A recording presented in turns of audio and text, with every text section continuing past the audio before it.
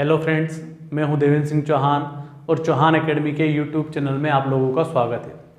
अभी तक हमने रक्त में लास्ट जो क्लास पढ़ी थी वो रक्त समूह ब्लड ग्रुप की पढ़ी थी। आज हम उसी में देखेंगे ब्लड ग्रुप में ही कि माता पिता जो होते हैं उनसे जो ब्लड ग्रुप मिलता है बच्चों में वो कौन सा हो सकता है, मतलब बच्चों में संभावित ब्लड ग्रुप जो होते हैं, ठीक है ना, उसको हम पढ़ेंगे। टॉपिक है हमारा, देखना समझना, आराम से समझ में आ जाएगा।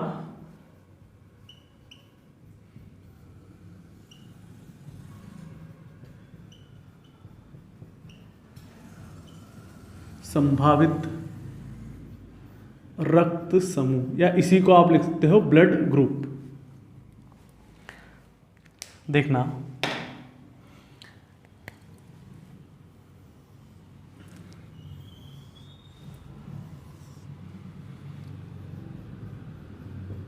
माता पिता बच्चों में संभावित ब्लड ग्रुप। यहां देखना, यदि माता का ब्लड ग्रुप, देखो कितने ब्लड ग्रुप होते हैं तो मैंने आपको बताए थे, जो रक्त समूह होते हैं वो कितने होते हैं? 4। कौन कौन से? ए बी, ए बी और ओ। मतलब अगर हम ब्लड ग्रुप को अगर हम डिवाइड करेंगे या बच्चों में संभावित देखेंगे तो 16 बन सकते हैं। 4 into 4 कर सकते हैं हम। देखना कैसे। सबसे पहले हम ओ को लेते हैं। यदि माता का ब्लड ग्रुप ओ है और पिता का ब्लड ग्रुप भी ओ है तो बच्चों में कौन सा ब्लड ग्रुप हो सकता है? ओ। सिंपल सी बात है, पिता का ओ है और माता का भी ओ है तो बच्चे में जो ब्लड ग्रुप होगा वो कौन सा होगा? ओ। सेकंड पर चलते हैं हम। यदि माता का ब्लड ग्रुप ओ है और पिता का ए है तो क्या हो सकता है? तो ओ भी हो सकता है और बच्चे में ए भी हो सकता है। सिंपल। सेकंड पर चलते हैं हम। अभी हम ओ को ही ले रहे हैं। इधर माता में ओ और पिता में यदि बी है तो संभावित ब्लड ग्रुप क्या होगा? ओ और बी। यदि माता का ओ है और पिता में ए बी है, देखो मैंने इसमें चारों का ओ में चारों का इंटू कर दिया, देख ली। अब यहां पर ध्यान रखना कि ओ में जब भी और ए बी इन दोनों का इंटू होता है तो सिर्फ ए और बी हो सकता है, ओ बी नहीं आएगा। देखना, ये तो हमने ओ के देखे। अब हम इसी में आगे देखते हैं ए के। ए के भी 4 में इंटू हो जाएंगे। एक तो ए इंटू क्या हो जाएगा? ए इंटू ओ। ओ से चलते हैं अपन। ए इंटू ओ तो कौन सा हो सकता है? ए और ओ दोनों हो सकते हैं। या तो ए हो सकता है या ओ हो सकता है, ऐसा नहीं बोल रहा हूं दोनों होंगे, है ना, अथवा में हमने जितने भी हमने पढ़े। फिर उसके बाद आगे चलते हैं ए और ए, तो यहां पर भी या तो ए हो सकता है या ओ हो सकता है। आगे चलते हैं हम। ए, अब कौन सा ब्लड ग्रुप ले लेते हैं हम? इधर बी। ए और बी का यदि आप इंटू करते हो तो सभी ब्लड ग्रुप हो सकते हैं, ए बी, ए बी और ओ। इस चीज को विशेष ध्यान रखना, जब भी ए इंटू बी हो या बी इंटू ए हो तो चारों ब्लड ग्रुप होने की संभावना रहती है। एक बात समझ में आ गई। दूसरी बात, अब देखना यहां पर ए इंटू ए बी, जब भी ए बी का इंटू होगा या ए बी और ए, माता का ए हो और पिता का ए बी हो, या पिता का ए हो और माता का ए बी हो, दोनों हो, ऐसी स्थिति में ओ रक्त नहीं आएगा। ए बी के साथ या माता का, पिता का, किसी का भी ए बी ब्लड ग्रुप होता है तो उस समय बच्चे में संभावित ब्लड ग्रुप जो होता है उसमें ओ आ ही नहीं सकता। मतलब यहां क्या आ जाएगा? ए आ जाएगा, बी आ जाएगा और ए बी आ जाएगा, पर ओ रक्त समूह नहीं आएगा। इस चीज का विशेष ध्यान रखना है आपको, ठीक है ना। देखो यहां पर भी मैंने ओ ए बी का इंटू करा पर ए बी आया है क्या? मतलब इंटू करने का अर्थात ये है कि माता और पिता में हमने देखा है, माता में ओ है और पिता में ए बी है, तो यहां पर ए और बी लिखा है, मैंने ओ नहीं लिखा है। यहां पर भी देखो आप, ए बी जहां लिखा है मैंने ओ नहीं लिखा है। ये कितने हो गए? तो देखो ये 8 हो गए। आ गए आप लोगों को समझ में? हमने कुछ नहीं करा, पहले ओ देखा हमने कि यदि माता में ओ हो और पिता में हमने चारों ब्लड ग्रुप देख ली, फिर माता में ए देखा और पिता में चारों देख ली। इसका अपोजिट भी हो सकता, उल्टा भी हो सकता, कोई दिक्कत नहीं है, ठीक है। कर दूं बोर्ड साहब? इतना आ गया आप लोगों को समझ में? देखना आप आगे, स्क्रीनशॉट लेना हो तो ले लीजिए आप लोग, ठीक है। आगे चलते हैं अब हम।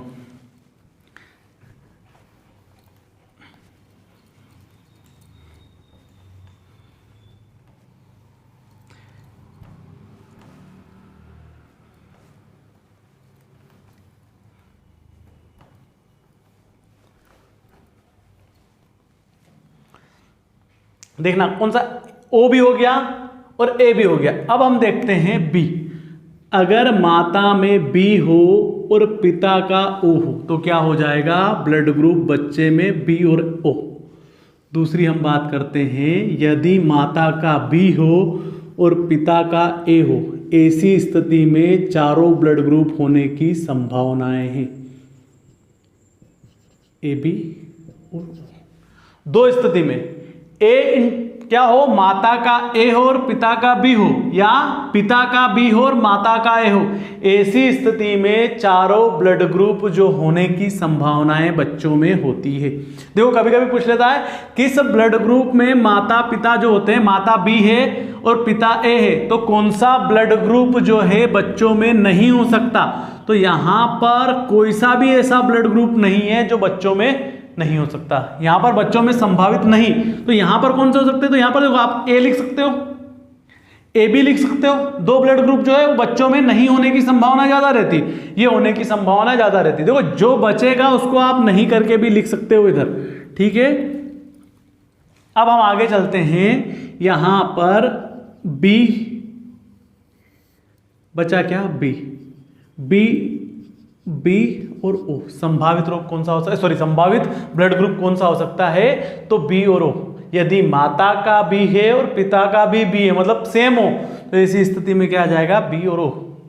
आगे हम चलते हैं, बी इंटू ए बी। अब फिर वापस ध्यान रख लो आप, ए बी आया है तो ओ तो आएगा नहीं, बाकी तीनों आ जाएंगे, ए बी ए बी। दो स्थिति ही ऐसी है जिसमें चारों ब्लड ग्रुप होने की संभावना है, बी और ए, ओ ए और बी, ठीक है। ये आपका जो है हमने बी भी देख लिया। देखो हमने कौन कौन से खत्म हो चुके हमने देख लिए हैं, तो ओ देख लिया, ए देख लिया है और बी देख लिया। अब हम देखेंगे ए बी। अगर माता का ए बी है और पिता का ए है तो कौन कौन सा रक्त समूह हो सकता है, तो ए बी और ए बी, ठीक। यदि माता का ए बी है और पिता का बी है, देखो ये सेम उल्टा कर दो इसका, पर आएगा रक्त समूह तो वही ए बी और ए बी। अब अगला देखना, यदि माता में ए बी है और पिता का ओ है, तो यहां ध्यान रखना अगर ओ है तो ओ तो नहीं आएगा, क्या आ सकता है, तो या तो ए आ सकता है या बी आ सकता है। का भी ए बी हो और पिता का भी ए बी हो, तो ऐसी स्थिति में क्या आएगा, तो पहला तो ए बी आ जाएगा, दूसरा ए बी हो सकता है और ए बी हो सकता है। सिर्फ आपको एक ब्लड ग्रुप ध्यान रखना है कि जब ए बी और ओ हो तो ऐसी स्थिति में बच्चों में ए या बी हो सकता है। यह संभावित होने बच्चों में, इसमें से कोई सा भी एक होगा, ऐसा नहीं कि दो दो तीन तीन हो जाएंगे। ब्लड ग्रुप जो रहता है वो हमेशा एक होता है। ये बच्चों में संभावित होने वाले क्या है, ब्लड ग्रुप है। यहां तक मुझे लगता है आप सभी लोगों को समझ में आ गया होगा। ये ब्लड ग्रुप वाला जो चैप्टर है आपको समझ में आ गया होगा। देखो पिछली क्लास में हमने पढ़ा था RH पॉजिटिव और RH नेगेटिव। वहां पर मैं आपको एक रोग बताना भूल गया था जिसका नाम था एरिथ्रोब्लास्टोसिस फिटेलिस रोग।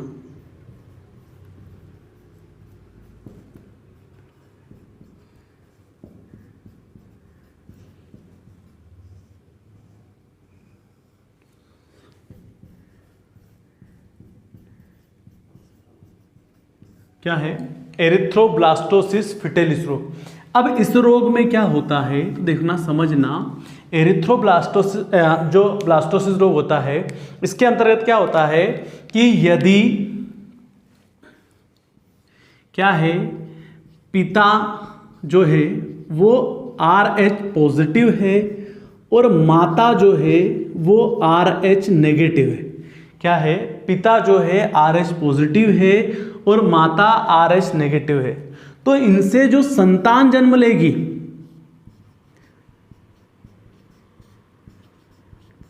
जो इनसे संतान जन्म लेती है वो यदि RH नेगेटिव लेती है तो कोई दिक्कत नहीं है। क्या है, पिता RH पॉजिटिव है और माता RH नेगेटिव है और इनसे जो संतान ने जन्म लिया है, इनका पुत्र या जो पुत्री है वो क्या है, तो वो RH नेगेटिव है तो कोई दिक्कत नहीं, क्योंकि माता के गर्भ में पल रहा है और माता का रक्त कैसा है, RH नेगेटिव है, तो यहां पर तो कोई इश्यू नहीं बनता है। परंतु क्या है, यदि यहां पर RH नेगेटिव की जगह संतान RH पॉजिटिव हुई, क्या है, संतान जो है, पुत्र है जो पुत्री है इनकी, वो क्या है, RH पॉजिटिव हुई, तो प्रथम संतान में तो कोई फर्क नहीं पड़ना। प्रथम संतान जो रहेगी वो क्या रहेगी, नॉर्मल रहती है। क्या रहता है, तो ऐसी स्थिति में प्रथम संतान जो रहती है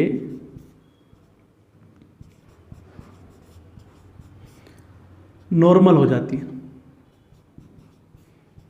या प्रथम संतान का जो जन्म होता है वो तो हो जाता है, परंतु क्या होगा, जब इनकी सेकंड संतान जो होती है, क्या होता है, तो इनकी जब सेकंड संतान का जन्म होता है तो सेकंड संतान या तो गर्भावस्था में या जन्म लेने के बाद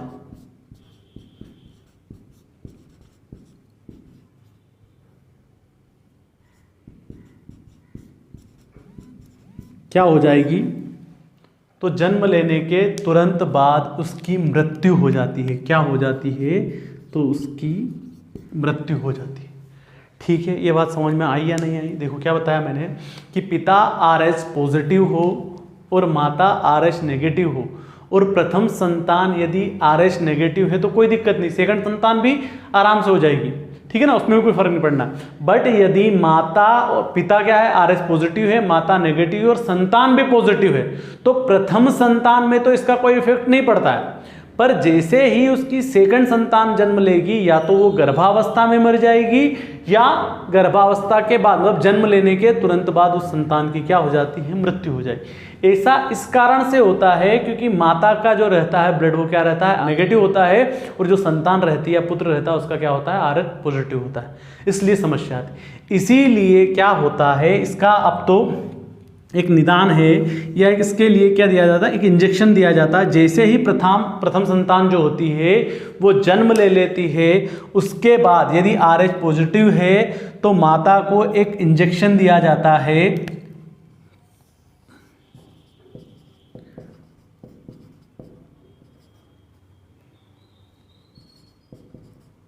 वो इंजेक्शन होता है anti-RH का, anti-RH एंटीबॉडी का। इससे क्या होगा, तो इससे जैसे प्रथम संतान के समय में, ठीक है ना, प्रथम संतान जो थी उसने आसानी से जन्म ले लिया था, तो दूसरी संतान भी आसानी से जन्म ले लेगी। इसलिए कौन सा इंजेक्शन दिया जाता है, तो इंजेक्शन दिया जाता है anti-RH एंटीबॉडी का। ये जो एरिथ्रोब्लास्टोसिस फिटिलिस रोग कुछ भी नहीं है, इसके अंतर्गत क्या है, तो एरिथ्रोब्लास्टोसिस फिटिलिस रोग में यदि पिता RH पॉजिटिव हो और माता नेगेटिव हो, और प्रथम संतान जो जन्म ले रही है वो भी पॉजिटिव हो, तो प्रथम संतान पर इसका कोई इफेक्ट नहीं पड़ता है। परंतु जैसे ही सेकंड संतान का जन्म होता है या वो गर्भावस्था में रहती है, उसकी मृत्यु हो जाती है। अब इसके लिए इसका इंजेक्शन भी दिया जाता है जिसका नाम है anti-RH एंटीबॉडी। इतना सा आप लोगों को समझ में आ चुका होगा एरिथ्रोब्लास्टोसिस फिटिलिस रोग। ठीक है, कल मैंने आपको कुछ क्वेश्चन दिए थे, उन क्वेश्चन के आंसर करवाता हूँ। कोशिश करा करो कि जो लोग भी वीडियो को पूरा देखते हैं वो उन क्वेश्चन का आंसर कमेंट्स बॉक्स में दे दे। देखना कल वाले क्वेश्चन, फिर मैं आज भी क्वेश्चन देता हूँ। सबसे पहला क्वेश्चन था, रक्त के थक्के के लिए सबसे महत्वपूर्ण पदार्थ कौन सा होता है, तो मैंने आपको बताया था कौन सा, फाइब्रोनिजन। यदि आपके ऑप्शन में दोनों प्रोथाम्बरिन और फाइब्रोनिजन और उपयुक्त दोनों है तो कोई दिक्कत नहीं, परंतु फाइब्रोनिजन ही है तो आपका आंसर क्या होगा, फाइब्रोनिजन। अगला क्वेश्चन था, रक्त का थक्का कितने समय में बनता है, तो रक्त का थक्का जो है 2 से 5 मिनट में बन जाता है। अगला क्वेश्चन था, रक्त के थक्के की शुरुआत कहाँ से होती है, तो मैंने आपको बताया था, ध्यान रखना, मैंने आपको जब रक्त का थक्का बताया तो सबसे पहले बताया चोट लगना, 6 ऊतक होना। तो 6 ऊतक होना रक्त के थक्का जमने की शुरुआत नहीं होती, चोट लगने की शुरुआत होती है। शुरुआत कहाँ से होती है, प्लेटलेट्स से। ठीक, अगला क्वेश्चन था, ब्लड ग्रुप की खोज किसने की, रक्त समूह की खोज किसने की, तो रक्त समूह की खोज कार्ल एंड स्टीनर ने की है। ठीक है। जबकि यदि ये पूछा जाए कि RH फैक्टर की खोज किसने की है, तो कार्ल एंड स्टिनर और विनर ने की है। दोनों चीजें अलग अलग है। अगला क्वेश्चन था आपका, किस ब्लड ग्रुप में एंटीबॉडी नहीं होती? तो देखो एंटीबॉडी किस में नहीं होती, तो एंटीबॉडी AB में नहीं होती है। अगर एंटीजन पूछता तो एंटीजन के लिए ही हमने O लिखा था, क्योंकि एंटीजन के आधार पर ही ब्लड ग्रुप का नाम दिया गया है। यहां तक का मामला क्लियर है आप लोगों को? आज के आपके 5 क्वेश्चन हैं रक्त से। देखो ये जो इतने भी क्वेश्चन दे रहा हूं मैं, ये एग्जाम में आए हुए क्वेश्चन देता हूं आपको, जो एग्जाम में पूछ लिए गए हैं, ठीक है ना। तो आप कोशिश करा करो कि इनके आंसर कमेंट्स बॉक्स में आप लोग दे दो, ताकि आप लोगों को पता लगे कितना सही है कितना गलत है और कितना हमने वीडियो ध्यानपूर्वक देखा है या नहीं देखा। देखना, अब पहला क्वेश्चन लिखना आप इसमें, RH फैक्टर की खोज किसने की? दूसरा क्वेश्चन है आपका कि जो RH नाम दिया गया है ये किस आधार पर दिया गया है?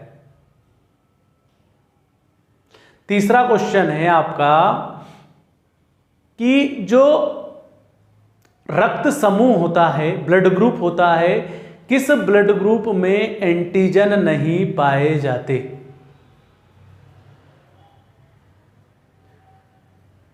हीमोसाइटोमीटर क्या है? हीमोसाइटोमीटर क्या है? लास्ट क्वेश्चन है आपका, रक्त अभिश्लेषण। रक्त अभिश्लेषण क्या है? ठीक है, कल के वीडियो में मैं आपको ये आंसर भी बता दूंगा। कोशिश करना कि इन क्वेश्चन के आंसर आप कमेंट्स बॉक्स में दे दो, ठीक है। ब्लड ग्रुप कल से हम जो पढ़ेंगे वो पढ़ेंगे हृदय, वह अभी परिसंचरण तंत्र का दूसरा इंपॉर्टेंट भाग है। परिसंचरण तंत्र के 2 इंपॉर्टेंट भाग है, पहला था रक्त जो हमने पढ़ लिया है, दूसरा हम पढ़ेंगे हृदय, और उसी के बाद पढ़ेंगे परिसंचरण तंत्र। हम अभी जो पढ़ रहे हैं मानव शरीर के तंत्र पढ़ रहे हैं, और मानव शरीर के तंत्र के अंतर्गत हमने सबसे पहला जो टॉपिक उठाया था वो परिसंचरण तंत्र उठाया है। उसका रीजन इतना सा है क्योंकि परिसंचरण तंत्र जो है वो रक्त से स्टार्ट होता है, और रक्त हमारे शरीर के सभी अंगों को जोड़ने का काम करता है, या सभी अंगों तक ऑक्सीजन पहुंचाने का काम करता है, ठीक है। कल से हम हृदय स्टार्ट करेंगे।